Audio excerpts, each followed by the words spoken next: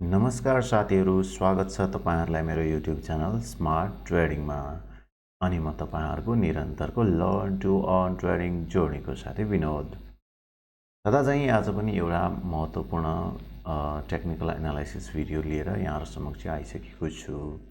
स्क्रिनमा तपाईले देखिराख्नु भएको छ। अब पक्कै पनि तपाईहरुले अनुमान लगाउनु भयो होला कि आजको पाटो हाम्रो कुनै एउटा सेक्टरको टेक्निकल एनालाइसिस गर्ने हुनेछ। तसर्थ यहाँले स्क्रिनमा देखिराख्नु भएको जस्तो कि यो होटल सेक्टरको, banking sector, hydro power sector, micro finance and non life सेक्टरका मैले चाहिँ एउटा इन डेप्थ टेक्निकल एनालिसिस अघिल्ला दिनहरुमा राखिसकेको छु। यदि तपाई मेरो च्यानलमा नयाँ हुनुहुन्छ भने कृपया ती सेक्टर एनालिसिसहरु आजको दिनमा पनि त्यतिकै महत्त्वपूर्ण छन् नै। तसर्थ यी भिडियोजहरुमा चाहिँ तपाई भिजिट गर्न सक्नुहुन्छ। त्यसैगरी नयाँ साथीहरु मेरो च्यानललाई सब्स्क्राइब अनि बेल आइकनमा क्लिक गर्न चाहिँ नभुलिदिनु होला। आज हामी कुन सेक्टरको एनालाइसिस गर्न गइरहेका छौं त त्यसो भए आउनुहोस् साथीहरु, अब ढिलो नगरिकन हामी टेक्निकल एनालाइसिसतिर लागिहालौं है त। स्क्रिनमा तपाईले देखिहाल्नु भयो finance sector. Today we are going to analyze the finance sector है। फाइनान्स सेक्टर चाहिँ सामान्यतः ट्रेडिङ प्याटर्न का साथीहरुको लागि चाहिँ अलिकति महत्त्वपूर्ण सेक्टर छ, किनभने यसको volatility compare to other sector अलिकति हाई हुन्छ। त्यो किन पनि भन्दाखेरि चाहिँ यसको अब क्यापिटलको हिसाबले वित्तीय संस्थाहरुमा यसको capital paid of capital around 80 करोडको हुने भएकोले गर्दाखेरि पनि अनि यसमा चाहिँ अब संस्थापक शेयरहरु 51% भन्दा माथि हुने र बिलो 50% या 40 अप टु 49% मात्रै चाहिँ पब्लिक शेयर अर्थात् भनौं फ्लोटिङ शेयर मार्केटमा हुने भएको कारणले गर्दाखेरि यो सेक्टर अलिकति भोलाटिलिटीको हिसाबले हाई हुन्छ। अर्थात् भनौं यसको beta value compare to NEPSE is always high. भने मतलब नेप्से जति बढ्छ त्यसको त्यो भन्दा बेसी यो सेक्टर बढ्ने र नेप्से जति घट्छ त्यो भन्दा बेसी यो सेक्टर घट्ने। त्यसको मतलब beta value is high about this sector भनेर हामीले बुझ्नु पर्दछ।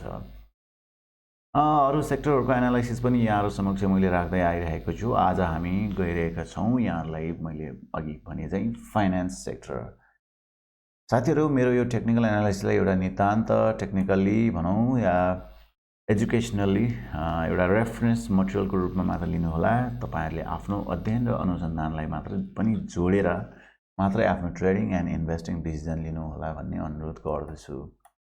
यतिखेर स्क्रिनमा तपाईले देखिराख्नु भएको छ फाइनान्स सेक्टरको वीकली टाइम फ्रेममा चार्ट। वीकली टाइम फ्रेमको चार्ट हेर्दै गर्दाखेरि हामीले एक्चुअली यसलाई चाहिँ सैटेलाइट पर्सपेक्टिभबाट हेर्ने हो भने मार्केटले प्रिभियस बुल कहाँ थियो त मार्केटको यो फाइनान्स सेक्टरको हुनाले अराउन्ड 900 को हाराहारीको यसको चाहिँ प्रिभियस बुलबाट एउटा करेक्सन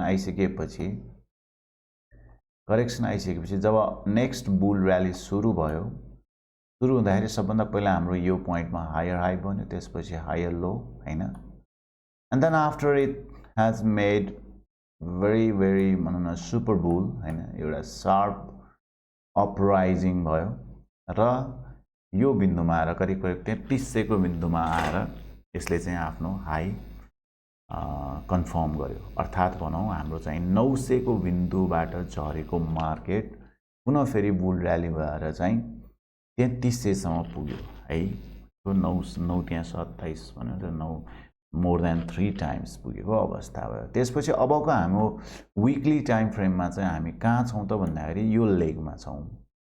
यो लेग भनेको यहाँबाट यो लेग हैन।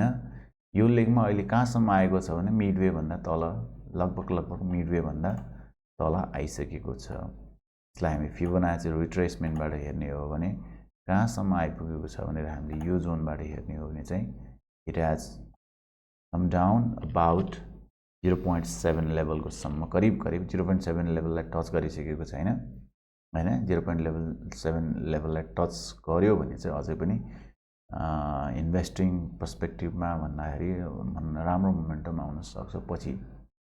एनीवे, हामी यो इन्डिकेटर बेसिसमा हामी एनालिसिस पक्कै पनि गर्दैनौं। हामीले एउटा चाहिँ रिट्रेसमेन्ट कतिसम्म आएको छ भनेर मात्र चेक गर्न चाहिँ खोजेको हो। अब हेर्नु साथीहरु यो मार्केटको चाहिँ यसले टप लगाइसकेपछि फर्स्ट यो हाम्रो यो पुल ब्याक जुन छ फर्स्ट पुल ब्याकलाई को लिक्विडिटी यसले खाइसकेपछि थोरै माथि गयो र यो हाम्रो चाहिँ सप्लाई जोनमा ट्याप गरेर मार्केटले अर्को एउटा शार्प फल दिएको थियो। शार्प फल दुईटा शार्प फल दिएको छ साथीहरु, हामीले अलिकति ख्याल गर्नुपर्ने एउटा यो छ, अर्को त्यसपछि अर्को चाहिँ यो छ हैन, दुईटा शार्प फल दिएको अवस्था छ। त्यसपछि मार्केट केही समय चाहिँ रेन्जिङ गर्दै गइरहेको छ एक किसिमको यो माथि। अब चार्ट प्याटर्नको हिसाबले कुरा गर्ने हो भने चाहिँ यो चाहिँ अब एसेन्डिङ ट्रायंगल प्याटर्नमा अगाडि त गइरहेको छ र स्मार्ट मनी पर्सपेक्टिभमा हामी भन्नु पर्दाखेरि चाहिँ मार्केट जब यहाँबाट फल भयो त्यसपछि यो फर्स्ट हाम्रो अर्डर ब्लक जुन छ मेजर डिमान्ड जोन, यो चाहिँ अनमिटिगेटेड अर्डर फ्लो पनि हो, स्ट्रङ डिमान्ड जोन हो यो साथीहरु। मैले भने फेरि पनि स्ट्रङ डिमान्ड जोन किन त भन्दाखेरि this was unmitigated and from where the actual rally started हैन, जुन बिन्दुबाट रियल र्याली स्टार्ट भएको छ त्यो बिन्दु भनेको चाहिँ पक्कै पनि स्ट्रङ डिमान्ड जोन हो। Smart money concept SMC point of भ्यूबाट हामी यसलाई चाहिँ फर्स्ट अर्डर ब्लक भनेर फर्स्ट पोइन्ट अफ इन्ट्रेस्ट भन्छौं। फर्स्ट पोइन्ट अफ इन्ट्रेस्टबाट जुन किसिमको रियाक्सन दियो त्यो रियाक्सन यस्तो किसिमको स्ट्रङ रियाक्सन दिन सकेको हामीले देखेनौं। यसको मतलब के त भन्दाखेरि यदि बुल र्याली यहीँबाट फेरि माथि जाने हो भने यो किसिमको यो जिगज्याग मोमेन्टम यो जोनमा भइराख्नु हुन्थेन, यस्तै किसिमको र्याली दिन सक्नु पर्थ्यो, लाइक यसरी यसरी लाइक यसरी हैन। भने मतलब कस्तो भने यो र्याली चाहिँ तपाईको यो यसरी आएर हैन थोरै यस्तो करेक्सन दिएर फेरि यो गएर फेरि यस्तो किसिमको र्याली दिनु पर्थ्यो, तर दिइराखेको छ र छैन। It is only ranging in between 2000 सम्मको मात्र जोनसम्म पुगेर यो रेन्जिङ गरिरहेको छ। यसको मतलब के हो त भन्दाखेरि मार्केटमा upward momentum for longer perspective भनौँ, हामी विकली टाइम फ्रेममा छौँ, लार्जर डिग्रीमा चाहिँ त्यो त्यति साह्रो देखिँदैन भन्ने कुरा हामीले यसमा बुझ्न सक्छौँ। अब अर्को एउटा महत्त्वपूर्ण पार्ट एउटा हामीले ख्याल गर्नुपर्ने कुरा के छ भने यो एउटा चाहिँ यो इन्टरनल स्ट्रक्चरमा है, यो माथि तल माथि करेक्टिभ वेभ आउँदाखेरि करेक्टिभ वेभको इन्टरनल स्ट्रक्चरमा थोरै अर्को भनौँ न रियाक्सनरी अपराइट वेभ मात्रैको हो भन्ने हिसाबले हामीले लिनुपर्छ यसलाई। यसको मतलब हाम्रो डाउनवर्ड करेक्सन चाहिँ अझै कम्प्लिट भइसकेको छैन, यो करेक्सन चाहिँ अलिकति अझै तल नै यसरी हैन तल नै आउन सक्ने हो कि भन्ने किसिमको चाहिँ विकली टाइम फ्रेममा चाहिँ पिक्चर चाहिँ हामीलाई अलिकति क्लियरली दिइराखेको अवस्था चाहिँ हो। सो विकली टाइम फ्रेममा मैले पुनः एकचोटि साथीहरुलाई निवेदन गर्छु कि हाम्रो फर्स्ट पोइन्ट अफ इन्ट्रेस्टमा ट्याप गरिसकेपछि धेरै माथि जान नसकेको अवस्था हो।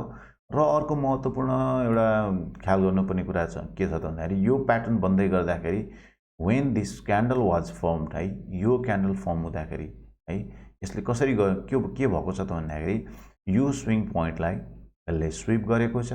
स्विङ पोइन्टलाई स्विप गरिसकेपछि यो क्यान्डलमा एउटा राम्रै रिजेक्सन आएको छ र त्यो रिजेक्सन आउँदै गर्दाखेरिको तपाईले भोल्युम यो चेक गर्नुहुन्छ भने volume is the highest volume. यसको मतलब स्मार्ट मनी अफलोडिङ पोइन्ट हो। यो स्मार्ट मनीले अफलोड गरेको पोइन्ट हो भनेर हामीले चाहिँ त्यो भोल्युमबाट चाहिँ हामीले क्लियरली बुझ्नुपर्ने हुन्छ। त्यसपछि डेफिनेटली वन्स द यो आई हेभ अलवेज बिन भनौँ न mentioning in most of the videos that कि स्मार्ट मनीले जब अफलोड गर्छ त्यसपछि रिटेल ट्रेडरहरूको चाहिँ बाइङ प्रेसरले चाहिँ मार्केटमाथि जाँदैन।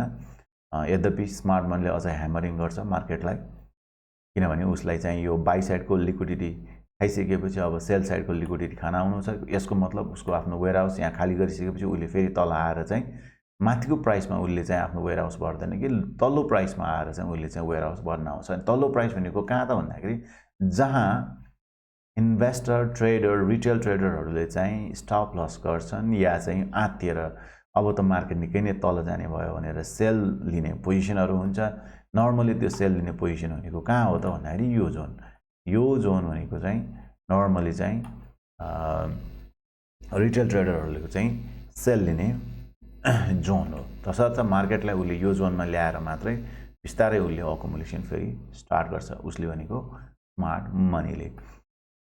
विकली टाइम फ्रेममा चाहिँ हाम्रो बायस चाहिँ अब के भयो त भन्दाखेरि we are looking forward to the index below sub index below this current level हैन।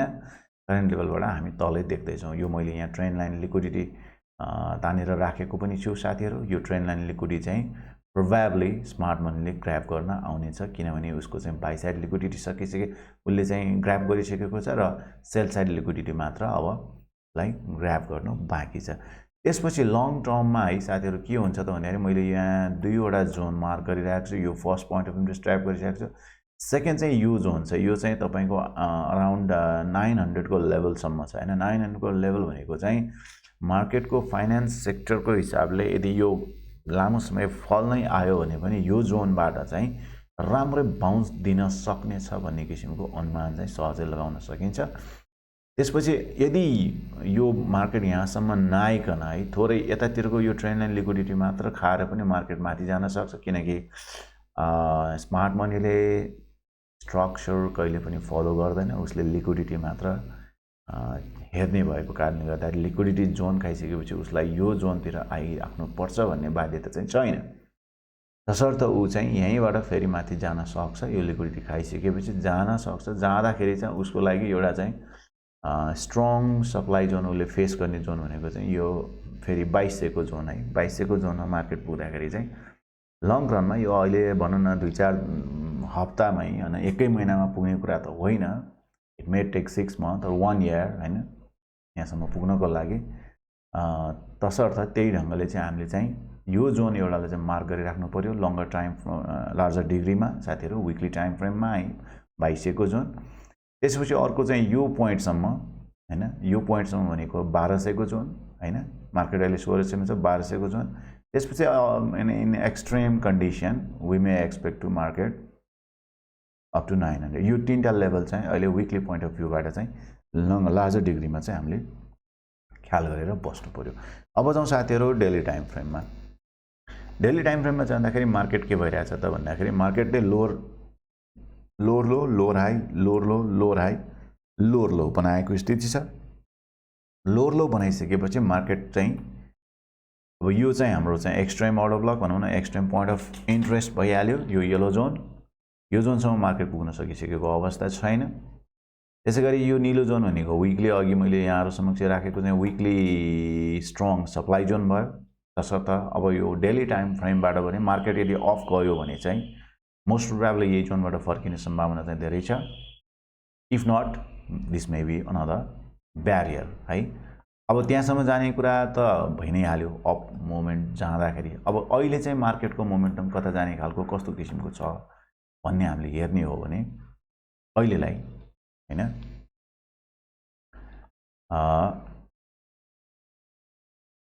First let's see this. यो पोइन्टबाट मार्केट जुन बाउन्स गयो, यो बाउन्स किन गयो त भन्दाखेरि वी हैव दिस, यो मैले यो 10 यो स्पिनिङ टप टाइपको क्यान्डलबाट मैले जुन जोन बनाएको छु यो चाहिँ एक्चुअली प्राइस एक्सन ट्रेडरहरुको लागि भन्ने हो भने ब्रेकआउट लेभल भयो हैन। हामी एसएमसी ट्रेडरहरुको लागि भने ब्रेकर हो, यो ब्रेकर ब्लक हैन। यहाँ चाहिँ अझ अर्को ढंगले भन्दाखेरि यो चाहिँ अनमिटिगेटेड अर्डर फ्लो भयो। मैले जहिले पनि भनेको छु अनमिटिगेटेड अर्डर फ्लो यदि छ भने ब्रेकआउट लेभलमा भएको क्यान्डललाई रेस्पेक्ट गरेर मार्केटले एउटा रिएक्टिभ मुभ या भनौं इम्पल्सिभ मुभ या reactive move of the it depends upon the pro trend के छ भन्ने कुरामा भर पर्छ। अब हाम्रो प्रो ट्रेन्ड चाहिँ हाम्रो चाहिँ एक्चुअली हामी यताबाट आउँदाखेरि बेरिश थियौं हैन। यता लिक्विडिटी ग्र्याब गरेको अवस्था थियो माथि। If you see in daily time frame also you can see the liquidity grab. मैले विकली टाइम फ्रेममा पनि यहाँहरु समक्ष राखेको थिएँ। तसर्थ यहाँबाट एउटा रिएक्टिभ मुभ गयो। त्यसपछि यो जुन फल छ इन दिस फल, यो फलको चाहिँ मेजर स्विङ पोइन्ट चाहिँ एउटा यहाँनिर हो हैन। यहाँ इक्वल हाई जस्तो बनेको थियो। यसको चाहिँ लिक्विडिटी यसले ग्र्याब गरिसकेपछि if you see closely here liquidity grab गरिसकेपछि मार्केट जब फल भयो this candle broke this candle हो, यो भइसकेपछि मार्केट फेरि तल नै आउने भन्ने कुरामा हामीलाई यसले निश्चिन्त बनाइसकेको अवस्था हो। So from candle to candle action है हामीले मार्केट आफ्टर फ्यु डेज भनौं न अब कमिङ फ्यु डेज या 1 वीक कसरी मार्केट जान सक्छ भन्ने कुराको चाहिँ हामीले जस्तै यो क्यान्डल फर्म हुँदाखेरि हामीलाई के लाग्यो त भन्दाखेरि मार्केट अब तलै जान सक्छ भन्ने किसिमको अनुमान हामीले लगाउन सक्छौं। किन त भन्दाखेरि यो लिक्विडिटी ग्र्याब गरिसकेको अवस्था छ। ग्र्याब गरेपछि थोरै रियाक्ट गरेर माथि जान सक्यो हो जो इट कुड नट गो हैन, त्यसपछि नेक्स्ट क्यान्डल हैन, यसरी चाहिँ तल झर्दै आयो। अब यो जोनमा जस्तै यो ग्रीन क्यान्डल बनेछ because of this demand zone, because of this demand zone थोरै रियाक्सन गयो माथि, त्यसपछि फेरि तल।